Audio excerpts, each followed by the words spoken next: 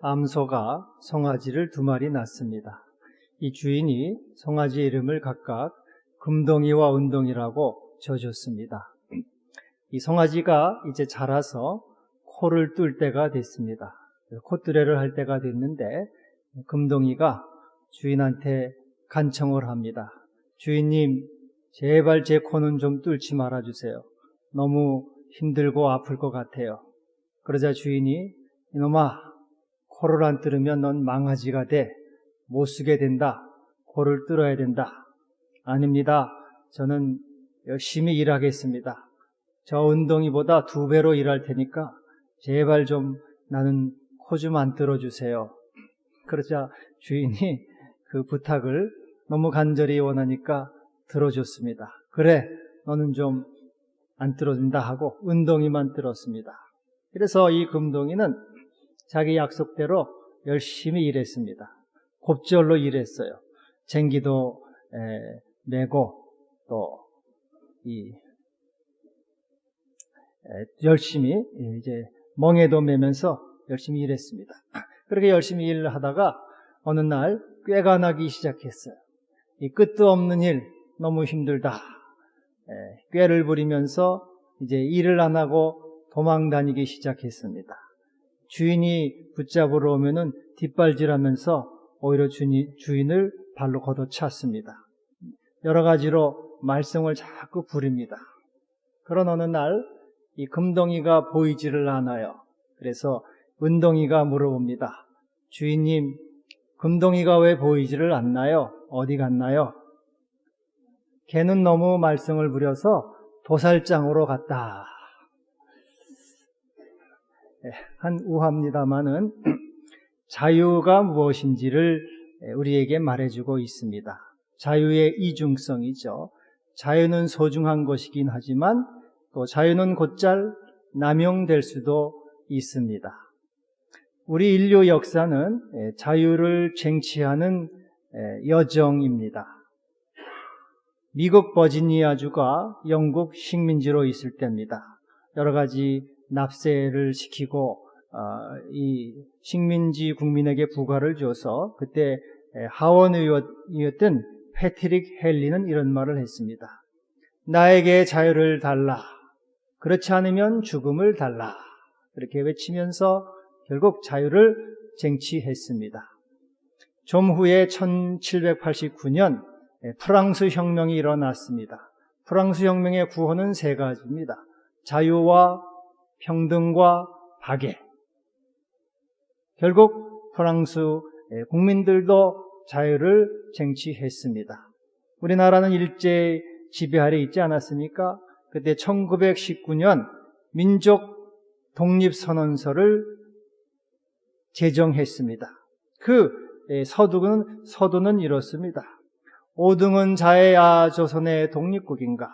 조선인의 자주민임을 온 세계에 선언하노라. 우리는 자유인이다. 독립국이다. 외쳤고, 그리고 우리의 힘으로는 아니지만은 타력으로 독립과 자유를 얻었습니다. 이 성경에 최초로 자유를 얻은 사람들은 아담과 하와라고 할 수 있습니다. 하나님의 말씀, 하나님의 선악과를 먹지 말라고 하는 그 말씀을 그 계명을 어겼죠. 그리고 그 과일을 따먹고 눈이 밝아졌습니다. 눈이 밝아진 것, 인간이 자유를 위한 첫 시도요. 또 이 자유를 얻은 첫 시작이라고 그렇게 말할 수가 있습니다. 근데 여러분, 이 자유는 참 소중한 것이죠. 우리는 자유를 누려야 합니다. 그러나 사실 자유는 이중성을 가지고 있습니다. 자유는 곧잘 말씀드린 대로 방임으로 가게 됩니다. 우리는 자유를 누려야 함과 동시에 자유에는 구속과 제한이 필요합니다. 자유의 반대는 구속이죠. 속박입니다. 매임이죠. 오히려 인간은 아이러니하게도 이 구속을 통해서 안정을 얻습니다. 구속은 우리를 불편하게 하지만 그러나 구속 없이는 안정도 누릴 수가 없습니다. 구속을 통해서 우리는 안정을 얻는 존재지요. 여러분, 남자들은 결혼하기 전에는 사정없이 방황을 하고 돌아다닙니다. 그러다가 여자를 만나서 결혼을 하고 가정을 갖습니다. 그러면 이 가정에 매이는 겁니다. 가정에 매이고 처자식에게 매이는 것이죠. 남자는 그 가정에 매일 때 안정을 얻어요. 그리고 비로소 자기의 새로운 삶이 시작이 됩니다. 이 매인다고 하는 사실, 구속된다는 것은 우리가 원하지 않지만 그러나 그것은 오히려 우리에게 안정과 번영을 주는 것입니다. 요즘 임시직과 계약직들이 가장 갖고자 하는 꿈이 뭡니까? 정규직이죠. 정규직을 갖기 위해서 투쟁하고 정규직을 꿈꿉니다. 근데 여러분, 이 정규직이라는 게 뭡니까? 정규직은 매이는 거예요. 직장에 매이는 겁니다. 아주 쇠말뚝으로 묶는 거죠. 나는 매이겠다 그 말이죠. 나는 매여도 좋으니까 안정을 갖게 해달라. 그래서 인간은 이 구속과 속박, 매임을 통해서 안정을 누리는 것입니다. 그리고 우리 모두는 매여서 사는 존재입니다. 어디엔가는 우리는 매여 있습니다. 어떤 사람은 술에 매여서 살기도 합니다. 알코올 중독이 되지요. 어떤 사람은 돈에 매여서 삽니다. 돈밖에는 모르죠. 수전노가 됩니다. 어떤 사람은 일에 매여 삽니다. 일 중독자가 될 수 있습니다. 어떤 사람은 자식에게 매입니다. 자식에게 매여서 일생을 그냥 다 헌신하며 자기를 희생하고 살아가죠. 또 사랑에 매여서 사랑으로 살아가는 사람들이 있습니다. 이같이 우리는 어디엔가는 자유하는 존재임과 동시에 매여서 살 수밖에 없는 존재라고 하는 이러한 그 모순적인 존재입니다. 어디에 매이느냐? 이것은 대단히 중요한 것이죠. 나는 어디에 매여 사느냐? 그 어디에 매여 있냐에 따라서 우리의 삶의 가치와 질은 달라지게 되어 있습니다. 오늘 바울은 나는 성령에 매였다 이렇게 말씀합니다. 나는 성령에 매여서 예루살렘으로 가노라. 사도 바울이 예루살렘에 가기를 계획을 세운 것이 아닙니다. 자기가 목표를 세우고 또 자기가 그것을 계획을 세워서 예루살렘으로 가려고 한 것이 아니라 성령에 매여서 성령께서 가라고 말씀하심으로 성령의 인도를 따라 나는 예루살렘으로 간다. 내 의사와 내 의지와는 관계가 없이 하나님의 인도하심을 따라 나는 가노라. 성령에 매었노라. 여러분, 매인 자는 자유가 없는 거죠. 매인 자는 맨 자에게 끌려가는 존재입니다. 그가 어디로 끌든지 어디로 데려가든지 갈 수밖에 없는, 나는 성령에 매였기 때문에 성령이 이끄는 대로 갈 수밖에 없는 존재다. 성령께서 나를 인도하시는 곳이 결박과 환란이 있는 곳이라도 나는 갈 수밖에 없노라. 나에게 고난과 또 희생이 있는 곳이라도 죽음이 있는 곳이라도 나는 갈 수밖에 없노라. 왜요? 나는 매인 자이기 때문에, 성령에 매였기 때문에 그분이 이끄는 대로 갈 수밖에 없는 존재라. 이스라엘은 광야 40년 동안 구름기둥과 불기둥을 따라 움직였습니다. 자기들은 아무런 계획을 세울 수가 없어요. 오직 이 구름기둥과 불기둥이 이끄는 대로 갈 수밖에 없는, 참 갈 바를 알지 못하는 정처 없는 존재들이었습니다. 여러분, 믿음 생활이라는 것은 사실은 우리는 주님의 성령의 인도를 따라 가는 생활입니다. 우리가 많은 계획을 세우고 많은 목표를 세워도 그것이 우리의 뜻대로 되지는 않습니다. 여러분, 일생을 살아가면서 많은 계획을 세우지 않았습니까? 또 목표들을 갖지 않았습니까? 그러나 그것대로 된 것이 뭐가 있습니까? 되지를 않아요. 우리의 믿음의 삶은 내 목표와 내 계획을 따라가는 것이 아니라 성령에 매여서 그분의 인도를 따라 가는 삶이다. 나는 성령에 매여서 예루살렘으로 간다. 환난과 결박이 있어도 나는 간다. 죽음이 있어도 나는 가노라. 나는 매였기 때문이다. 성경에서 말하는 인간은 두 가지가 있습니다. 하나는 들나귀 인간이에요. 들나귀. 들나귀라는 것은 자유와 방임의 인간입니다. 창세기 15장에 하나님은 이스마엘을 향해서 너는 들나귀다. 들나귀처럼 되라 그랬어요. 너는 들나귀 같은 사람이다. 들나귀는 뭡니까? 매이지 않은 존재죠. 자기가 가고 싶은 곳에 갈 수 있습니다. 먹고 싶은 것을 먹을 수 있습니다. 또 머물고 싶은 곳에 머물 수 있습니다. 아무런 구속이나 속박이나 제한이 없어요. 마음대로 자기의 정욕대로 자기의 계획대로 살아갈 수가 있습니다. 너는 들나귀다. 이스마엘. 너는 크게 될 것이다. 하나님은 이 이스마엘을 들나귀라고 말씀하시지만은 그러나 하나님은 이스마엘을 기뻐하지는 않았습니다. 나는 너를 기뻐하지는 않는다. 그를 귀하게 여기지는 않았습니다. 하나님은 에서를 기뻐하지 않았어요. 육으로 난 자. 하나님은 야곱을 사랑하시고 에서를 미워하셨다. 그래서 이 들나귀 같은 존재, 매이지 않은 존재, 하나님께 매이지 않고 성령께 매이지 않고 자기의 욕정대로, 자기의 생각대로, 자기의 계획대로 자기의 행복을 찾아서 자기의 삶을 엔조이하는 그러한 존재들, 하나님의 말씀으로부터 벗어나는 존재, 하나님 말씀 없이 살아가고자 하는 사람들, 하나님께 매임을 벗어나고자 하는 들나귀 같은 인생들을 하나님은 나는 기뻐하지 않는다. 내가 에서를 미워하노라. 이 들나귀 인생이 있습니다. 이 사람들은 성공을 거두고 이 세상에서 많은 명성을 얻고 돈을 가질 수 있습니다. 그러나 하나님은 그러나 나는 너를 기뻐하지 않는다. 귀하게 여기지 않는다. 너를 존귀하게 여기지 않는다고 주님은 말씀하십니다. 나는 너를 미워한다. 들나귀 인생, 그는 하나님 없이도 얼마든지 살아갈 수 있습니다. 세상을 낙을 누리면서 엔조이하며 살아갈 수 있습니다. 이 세상에서 부를 누릴 수도 있습니다. 그러나 하나님은 기뻐하지 않습니다. 이스마엘을 기뻐하지 않습니다. 그는 육신으로 난 자이기 때문에 하나님은 그를 사랑하지 않습니다. 사용하지도 않습니다. 우리 성도들은 들나귀가 아닙니다. 또 하나 성경에서 말하는 이 존재는 매인나귀입니다. 매인나귀가 있습니다.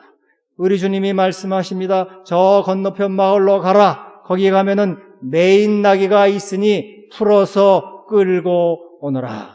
매인나귀. 주님은 매인나귀를 쓰십니다. 매인나귀를 사랑하시죠. 말씀에 매이고 성령에 매이고 주님께 매이고 그리스도께 매이는 그 나귀, 자기의 자유가 없습니다. 매인 존재는 자유가 없지요. 매였기 때문에 자기 마음대로 갈 수가 없습니다. 먹고 싶은 것을 먹을 수도 없어요. 머물고 싶은 곳에 머물 수도 없습니다. 주인이 먹으라고 하는 것을 먹을 수밖에 없고, 주인이 끌고 가는 곳에 끌릴 수밖에 없고, 주인이 있으라는 곳에 있을 수밖에 없는 매인 존재, 자유가 없습니다. 불편합니다. 힘이 듭니다. 그러나 이 매인 존재는 길들여진 존재예요. 하나님은 이 자를 사랑하시고 귀하게 여기십니다. 아브라함은 너는 본토 친척 아비 집을 떠나서 내가 지시할 곳으로 가라라고 말씀할 때 그는 하나님의 말씀을 쫓아서 갔습니다. 말씀의 매인 존재입니다. 말씀에 매여서 아브라함은 하나님께서 지시한 수로 갔고 그는 아브라함은 믿음의 조상이 됐어요.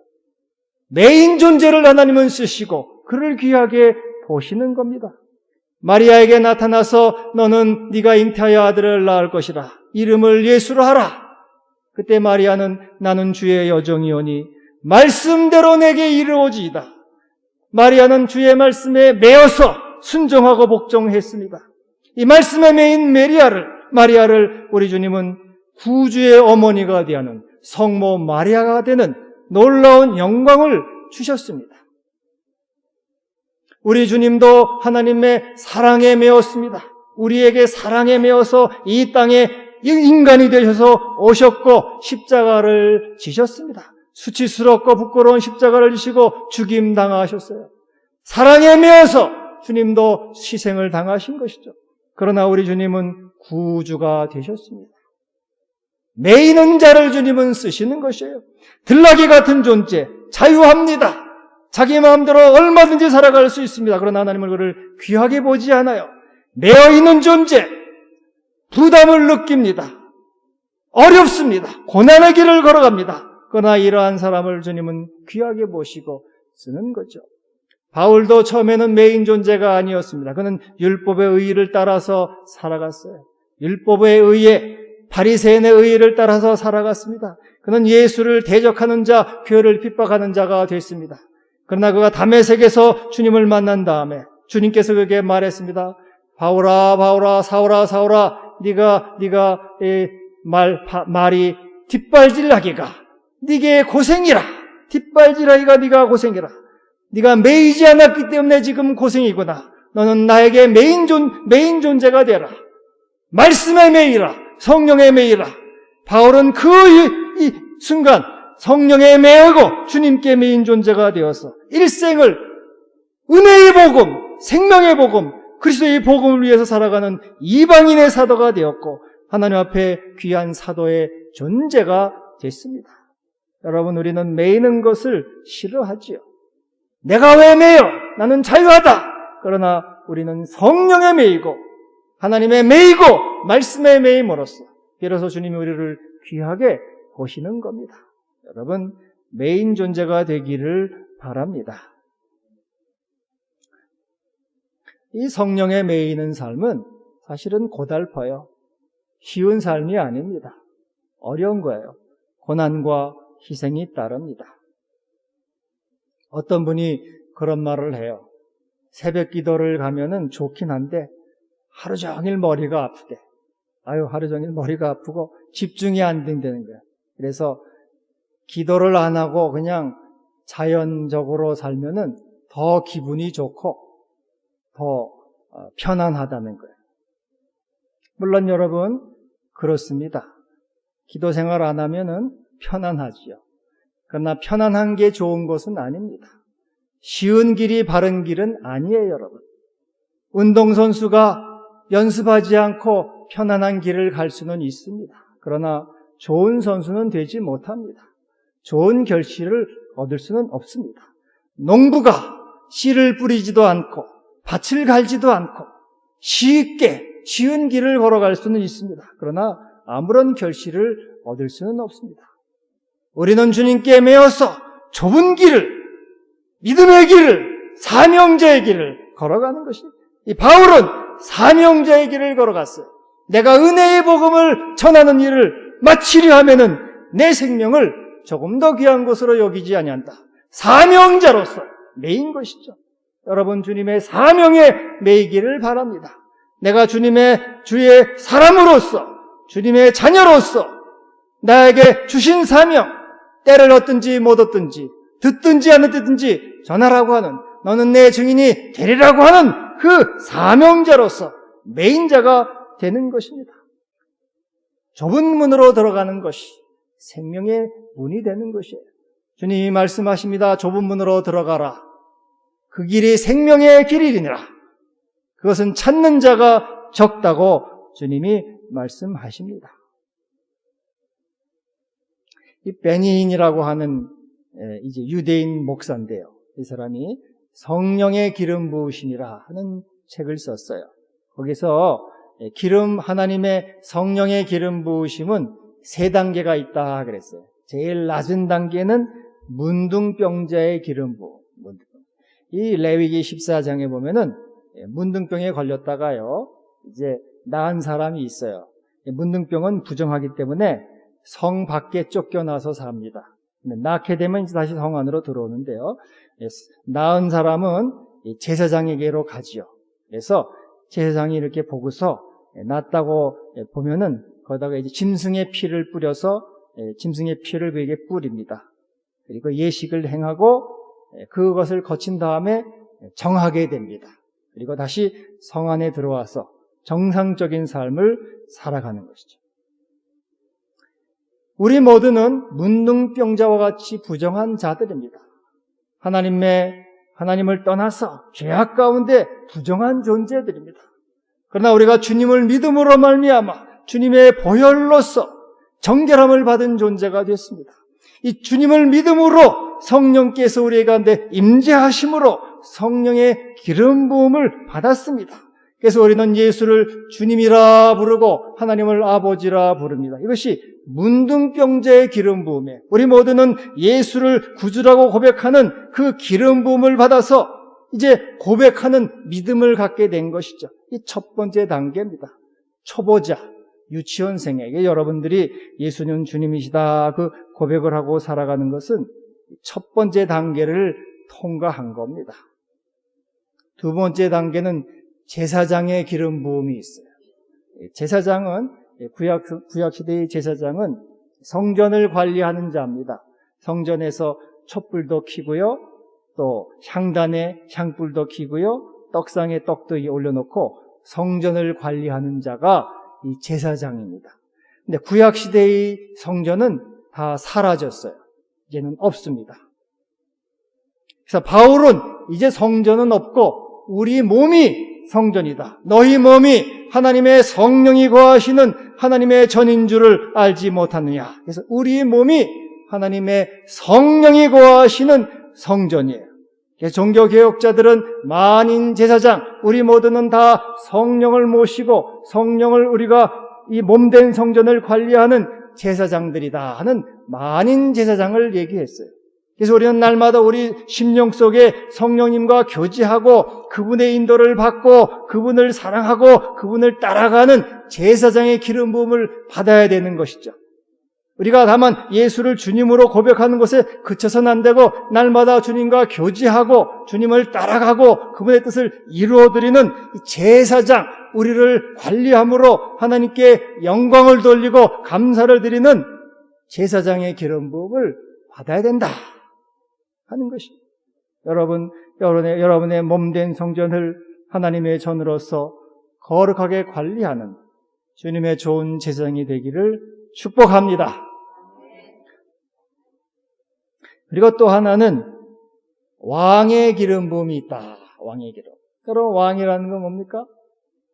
권세가 있지 않습니까? 능력이 있습니다. 왕은 못하는 게 없어요. 다 합니다.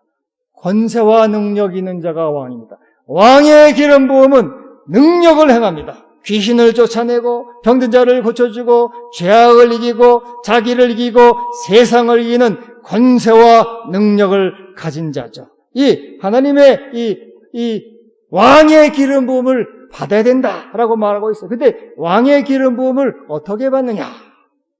왕의 기름 부음. 여기서 왕의 기름 부음은 순종함을 통해서 받는다. 오직 순종을 통해서. 주께 매이면 매일수록 더 깊이 성령에 들어가는 것이죠. 순종하면 순종할수록 매이면 매일수록 더 성령의 사람이 되고 내 속에서 하나님의 능력이 나타나게 되는 것입니다. 사실 여러분이나 저나 힘이 없는 크리스찬, 무능력한 크리스찬, 명목적인 크리스찬인 것은 순종함이 없기 때문에 그런 거죠. 매이지 않으려고 하기 때문에 그렇습니다. 여전히 내 정욕대로, 여전히 내 욕심대로, 여전히 내 생각대로 살아가고 하나님의 말씀에 매이지 않고 성령에 매이지 않고 그리스도께 매이지 않고 내 의지대로 살아가려고 하기 때문에 우리 속에서는 아무런 능력과 권세와 또 이적이 나타나지 않고 세상을 이기지도 못하는 그러한 존재가 되는 것입니다. 날마다 우리는 주님의 이 사명자로서 메인받은 존재가 되어야 되는 것입니다. 나는 성령에 매어서 예루살렘으로 가노라. 성령에 메인받아서 나는 살아가노라. 여러분, 성령에 매어서 살아가는 삶이 이것이 복된 삶이고 많은 생의 결실을 얻게 되는 것입니다. 이 분도 라브루라고 하는 이 거지 성자가 있습니다. 이 사람은 이제 별명이 성령을 섭취하며 살아가는 천신이다. 그러한 이런 별명을 얻어요. 성령을 섭취하는. 그래서 이 사람은 오직 주님께 매인 사람인데 성령에 매인 사람으로서 어떻게 성령에 매이면서 살아갈 수 있을 것인가? 그는 화심, 하나님을 향한 뜨거운 마음을 가져라. 육심, 이웃을 향한 사랑의 마음을 가져라. 철심, 자기를 끊고 자기를 극복하고 자기를 부정하고 말씀을 따라 살아가라고 그렇게 권면하고 있습니다. 여러분, 우리 바울처럼 주님께 매인 자, 성령의 매인 자, 말씀의 매인 자가 되어서 주께서 보시기에 귀히 여기시고 또 주께서 우리의 하나님의 뜻을 이루는 사람들이 되기를 주님의 이름으로 축복합니다. 기도하겠습니다.